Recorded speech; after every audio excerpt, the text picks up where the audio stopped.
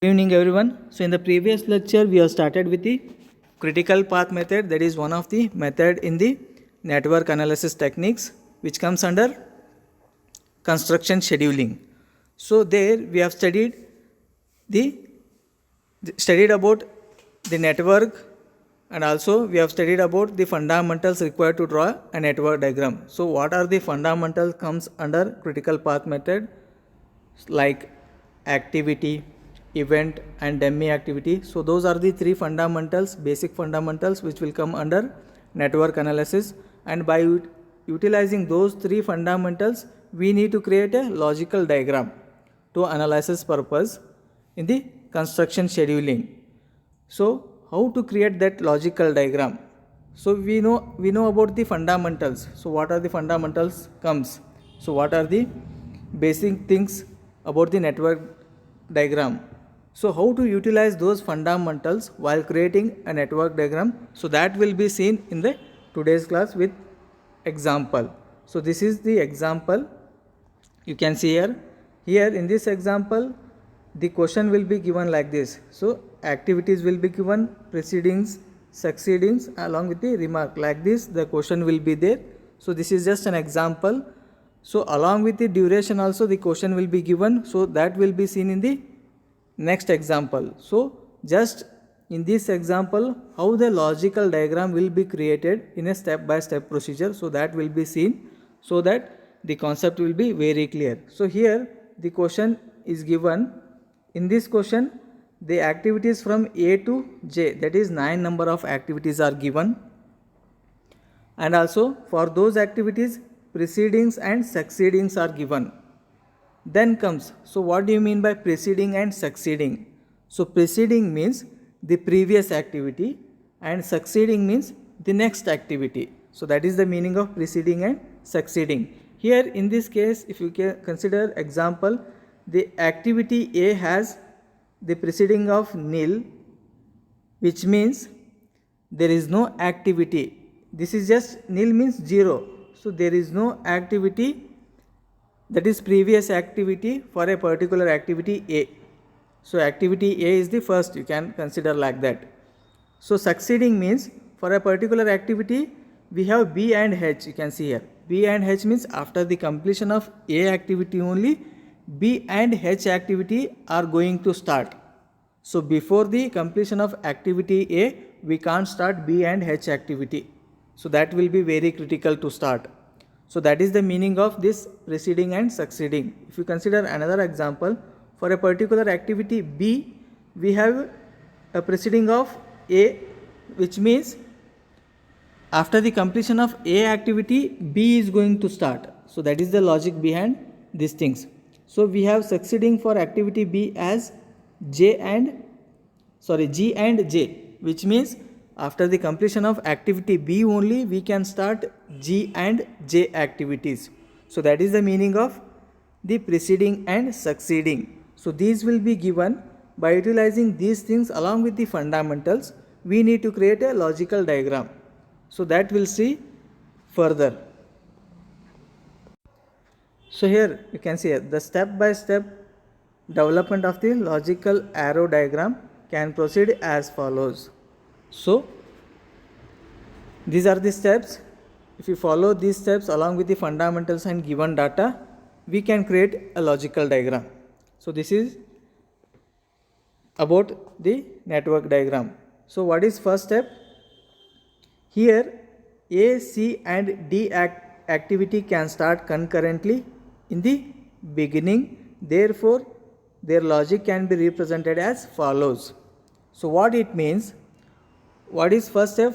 In the first step we should notice the number of nil activities. So how many number of nil activities present in the preceding column? So that we should notice, and we should draw those activities concurrently, which means starting at the same point simultaneously. So here you can see, that is in the case of first step we should notice the number of nil activities present in the preceding column, which means I will count how many number of precedings are there in the nil activities are there in the preceding column. So one nil activity, second nil activity and third nil activities. So in the given question, there are 3 nil activities present in the preceding columns. So they are related to activity A, activity C and activity D. So which means these 3 activity can start concurrently, that is at the same point and at the same time. So that logic we can show in the logical diagram. So in this example we have only 3. So in another example you may have 4 nil activities, or in some example you may have only 1 nil activity or 2 nil activity. So depending upon your project or activities in your project, so based on that we should notice or we should identify the number of nil activities. So those we should draw concurrently, which means they should start at the same point and at the same time as shown in the figure. So concurrently means they are starting at the same point. You can see here. So activity is moving like this: A activity, C activity and D activity, which means as we know that the activity can be shown in the forward direction, the arrow in the forward direction resembles activity, so that can be drawn in n number of ways. So for that you can refer my previous video, what is activity, how to draw a particular activity. So if I write anything above the activity means it is nothing but the description of that particular activity. So here A means A activity is that is A activity is carrying out, here C activity and here D activity. So if I write anything above the arrow, which means that description of that particular activity. So here A, C and D activities are concurrent activities, which means they have nil precedings and they are starting at the same point and same time. So this can be shown like this. And the second step comes, here we need to move with the serial wise. So that is number of activities in a serial wise. So after the completion of first step only we should move in a serial wise. That is after the completion of A, C and D activity, next comes the B activity. So here what is the preceding for B activity? So for B activity we have a precedence of A activity, which means after the completion of A activity only the B is going to start. The B activity is going to start. For example, if you consider activity A as marking and activity B as excavation, so then after the completion of marking activity, that is activity A only, that is preceding means previous activity. So after the completion of activity A, that is marking only, you can start excavation, that is activity B. So that is the logic. So before the marking we can't start excavation. So that is the meaning. So preceding A is there means for particular activity B, we should wait until the activity A should complete, which means the marking should complete for a particular site. So then only we can start excavation for that marking. So that is the logic here. So how it can be drawn, we will see in the diagram. So here you can see B follows the completion of A.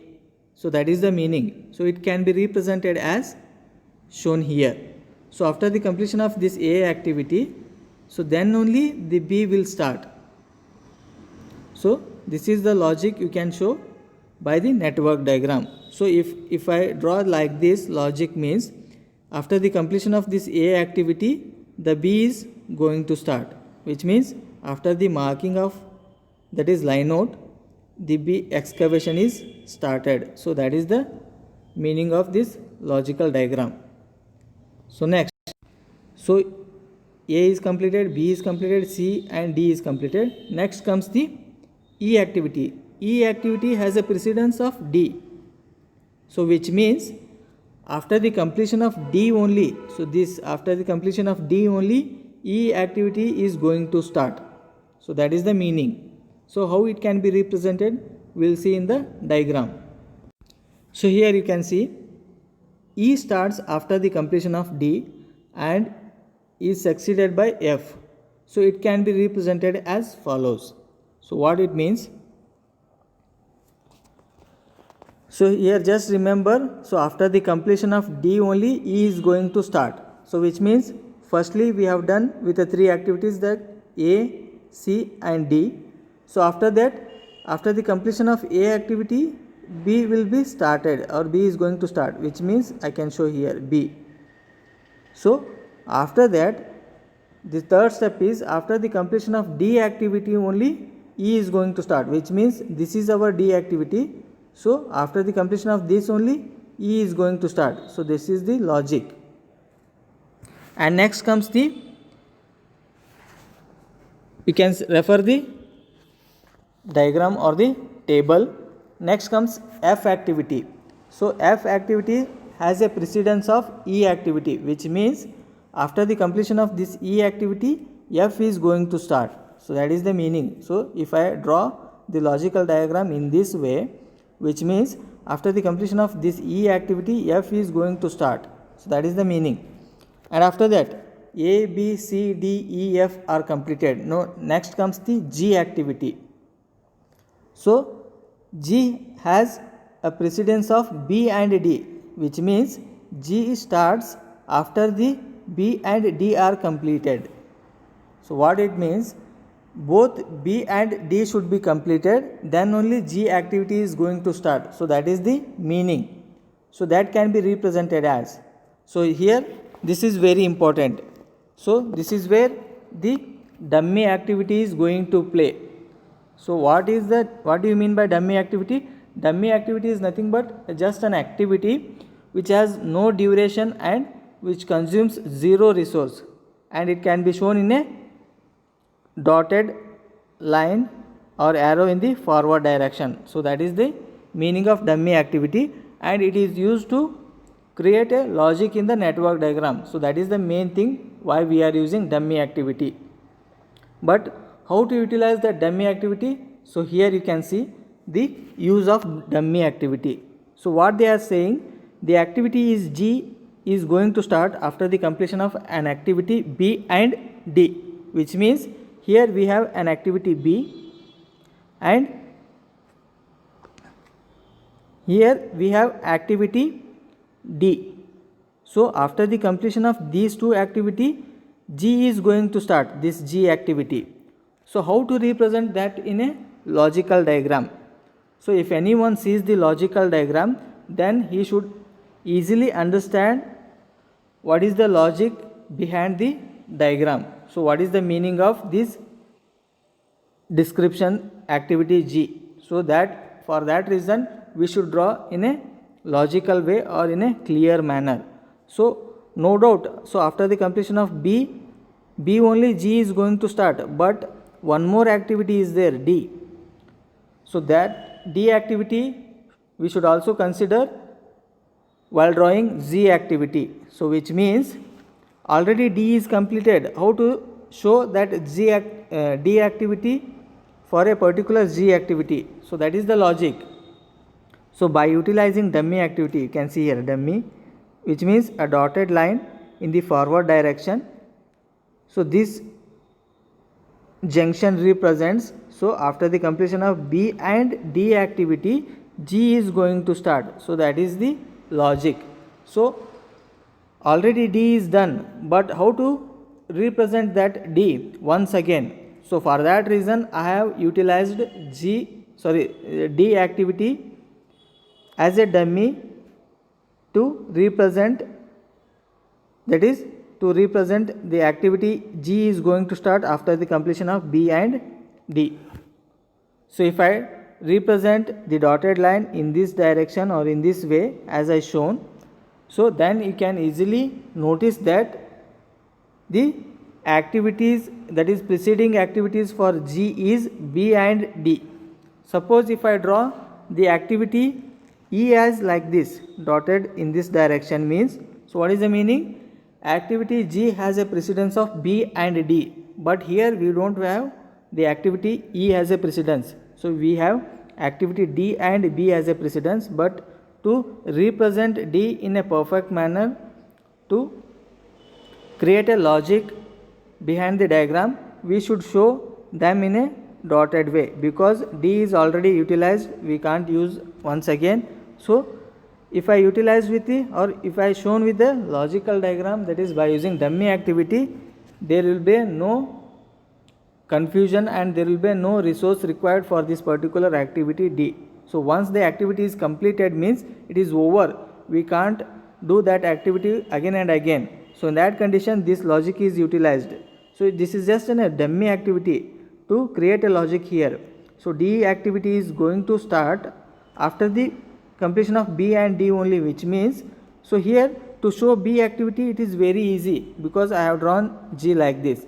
But how to show D activity? So there is a link between B and D. So this can be represented in a logical way by utilizing dummy activity. So this is the utilization of dummy activity.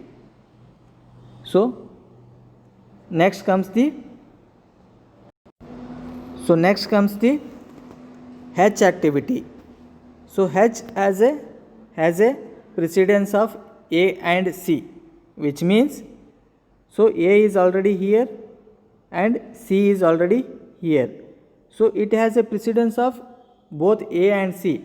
So if I draw H as I shown in the diagram, then it has a precedence of C, but I should again show the logic of A also. So A also linked between H and C, which means once again the activity A is already completed, but again I should show that the A activity, that is H activity, has a precedence of A and C, which means again I should draw a dummy activity from A. So this is A, so it is already completed, but we should show in a logical way, which means again we should resemble that in a dotted line in the forward direction to connect with the C. If I connect that with the C, so which means this is H. So H has a precedence of both A and C activity. So this is the meaning. So to create a logic in the network diagram, this dummy activity will be utilized. So next comes the last activity, that is J. J succeeds B and H, which means after the completion of B and H only J is going to be started. So that is the meaning. So again, so B is already completed here, again it has a precedence, and also here we have H, which means if I draw J here, we got one preceding as H, but another preceding we require, that is B, which is already completed. So for that reason again it is represented in a logical diagram as shown in figure in the dotted line to connect with the H. So here it is connecting, you can see here. So by the dotted line, which means J has a precedence of H and B. So that is the meaning the logic diagram gives. In order to create that meaning, this dummy activity will be utilized whenever it is needed or whenever it is necessary. So this is how the logic diagram is created. So this is just in a general way. So how to create a logical diagram, but we can't draw the logical diagram in this way in the exam. So there is some other way to create a logical diagram. So that will be seen with the example in the next class. Thank you.